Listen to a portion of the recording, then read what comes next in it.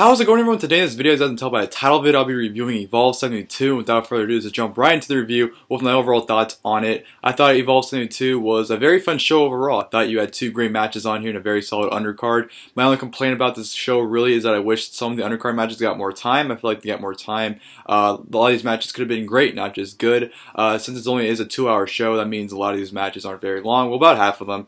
I'd say the first 3 matches are only about, 5 to 8 minutes long, so not very long matches. But like I say, I do feel like if they did get more time, those matches would have been, possibly great instead of just good. So, but besides that, like I said, I thought it was still a very fun show. Like I said, only 2 hours. So, if you want a short show to sit and watch and enjoy, this is a great show to sit and watch and enjoy. So, definitely recommend it if you want to, watch some good wrestling. So, overall, like I said, I thought Evolve 72 was a very fun show. Definitely enjoyed it. The show opened up with, of course, introduction, because this was the first show on Flow Slam, so of course they did an introduction for the show, which led into the opening match between Matt Riddle and Dustin. I thought this was a good opener here between Matt Riddle and Dustin. Of course, Matt Riddle being very Matt-based in the beginning of it, taking down Dustin, and then of course Dustin actually surprisingly tried to out-wrestle Matt Riddle. He was trying to do some takedowns as well of his own, which was pretty surprising. Of course, Dustin would get the upper hand in this match for a little bit before Matt Riddle made his comeback, eventually leading to his victory with the Bro to Sleep, followed by a Fisherman Buster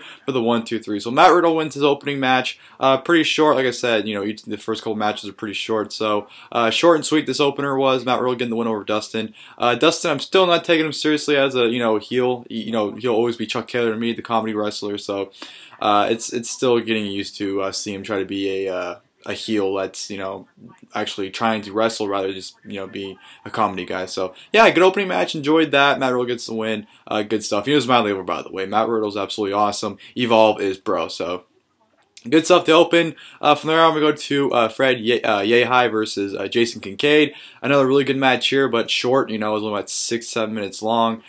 Given another 5 to 10 minutes, this could have been a really awesome match. I thought Fred Yehi was looking pretty good. I haven't seen a lot of Fred Yehi in a singles run, so I'm really interested to see how he does. And Jason Kincaid, once again, impressed in this match, getting his signature stuff in, hitting a blockbuster, which, would lead to him getting the upper hand for the majority of this match. Hitting all the signature stuff, double foot stomps, hit a slingshot coast to coast, which looked really good. So he had some really good stuff, had some really nice counters. He actually did a suicide dive to the outside into a sunset flip into the barricade. So he just threw Fred Yehi,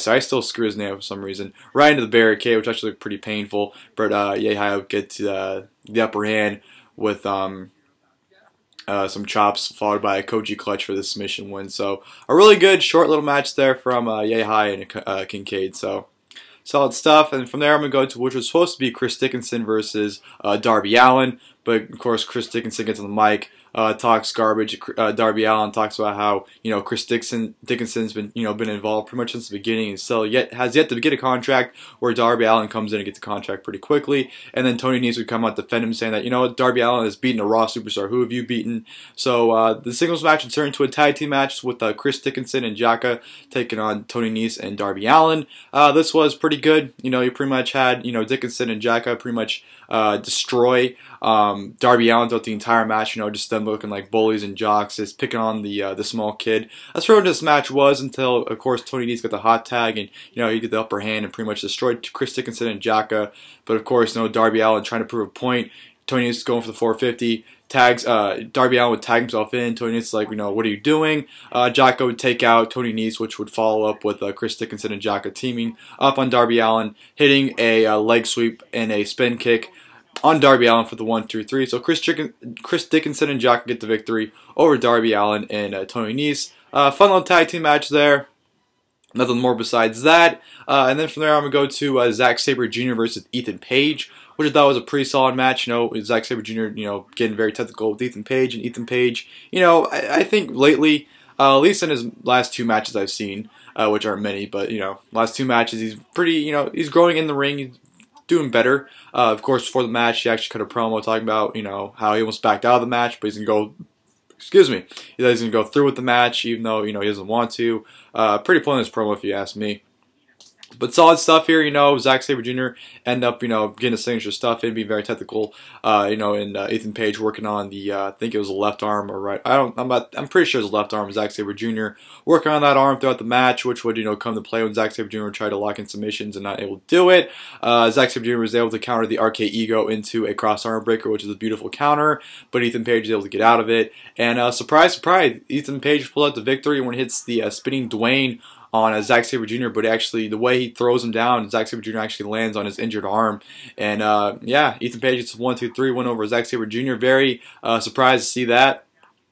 I know the route that we're going with Zack Sabre Jr. and Evolve right now, with him doing his, the losing streak and, just the whole story going up right now. But I don't know, Ethan Page, he's not someone that I'm very high on. He cut a promo afterwards calling out Cody Rhodes for the next Evolve show, so or for the next set of Evolve shows, because Evolve 73 he wrestled, but Evolve 74 he called out Cody Rhodes in a promo afterwards. But, I don't know. That match he had with Thatcher, Evolve 70, was terrible, so I don't know what direction they're heading in with him. But, pretty solid match. Zack Sabre Jr., I can complain about that.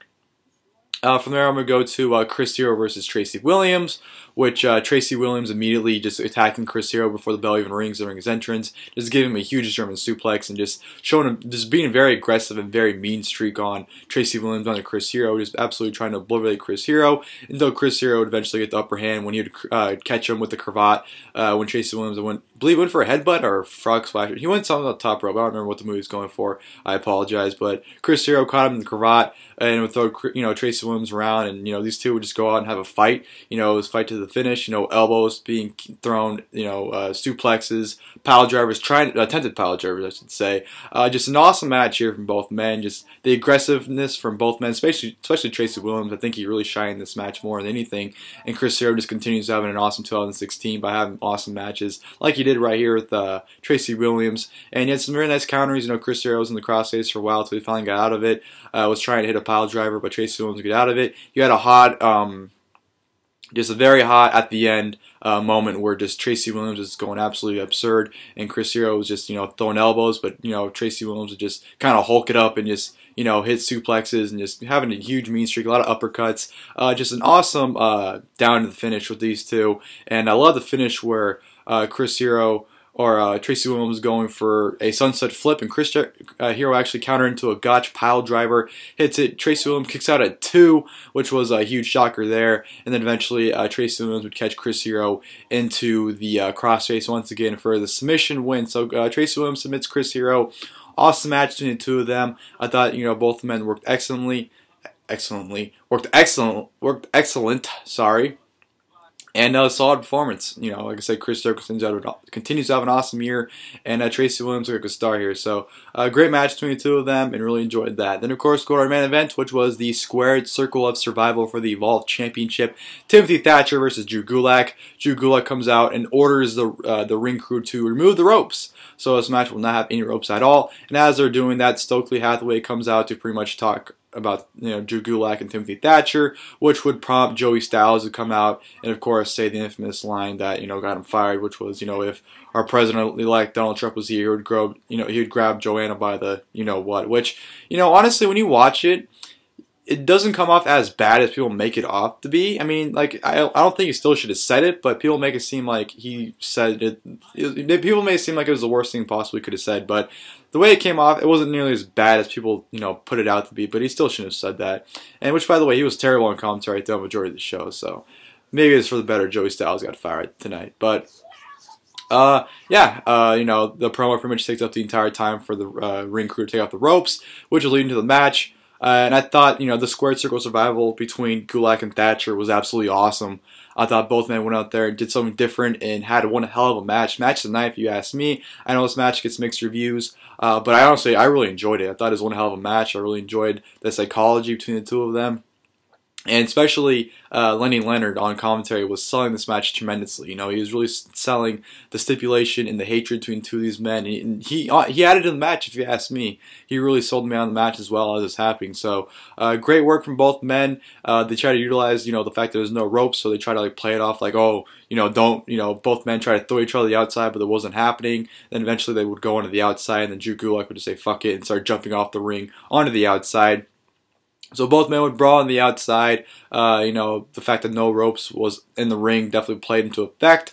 There was one point where Gulak took off the bungees that, you know, held the canvas down, and Timothy Thatcher was actually able to pretty much handcuff him to a post where he just beats the whole hell out of him down. The canvas would come out, the mat would be ripped off by Timothy Thatcher and Stokely Hathaway. So it's just a post and the wooden floor in the ring right now. There's no canvas, there's no matting, no nothing, which would then, you know, lead to them brawling onto the wood, just, you know, just beating the hell out of each other. You know, Gulak at one point suplexed or German suplex Thatcher onto the wood, which looked very, very painful. These two just went out there and had a really fun match. There'd be a point where they actually removed parts of the wood, so there's just a hole in the middle of the ring, which they would actually go into. Gulak fell in there, and Timothy Thatcher fell in there after a suplex. And Gulak actually put him in a Dragon Sleeper in that hole, which actually looked pretty awesome. So just the fact that these two were having a war, and the psychology and the storytelling of this match, and Lenny Leonard's commentary, I thought it all mixed well into an awesome main event. I really enjoyed that. And I felt like, I think this match was like 30 minutes, and honestly, to me, the 30 minutes just flew right by. I saw some people say, like, you know, the match felt like it dragged at some points, but I felt like, you know, the more the match went on, the more invested I felt in this match. Like I said, it was just a war, and I thought it was awesome, and definitely a very innovative match too. And they definitely sold, you know, the spots with the, you know, whether it's a suplex or just a backdrop or whatever on the wood. They definitely sold it like it was the most painful thing in the world. So yeah, this is an awesome main event. Really enjoyed that. Enjoyed this more than their Evolve 71 fight to the finish. So great main event here. Timothy Thatcher gets the win after backdrop suplex onto the wood for the 1, 2, 3. So Thatcher retains the Evolve Championship to the crowd's displeasure. The crowd made it clear that they wanted Gulak to win, but Timothy Thatcher walks out still Evolve Champion. So Thatcher retains. Catch Point comes out at the end to pretty much help Gulak get up and you know, recover from that loss. But Gulak gets on the mic, says that since he's a failure and that he created Catch Point is a failure, and walks out. And then Drew Galloway would come out and I cut a promo as well to end the show. So, yeah, like I said, overall, I thought Evolve 72 was a very fun show. You had 2 great matches and a very solid undercard. Very fun 2-hour show. Definitely recommend checking it out if you have the opportunity. I'll be checking out Evolve 73 next. I just don't know when I'll be checking it out. So look out for the review pretty soon for Evolve 73. And yeah, as always, hope you guys enjoyed the video. If you guys did, please leave a like below. And until next time, I'll see you guys in my next video. Thank you guys for watching the video.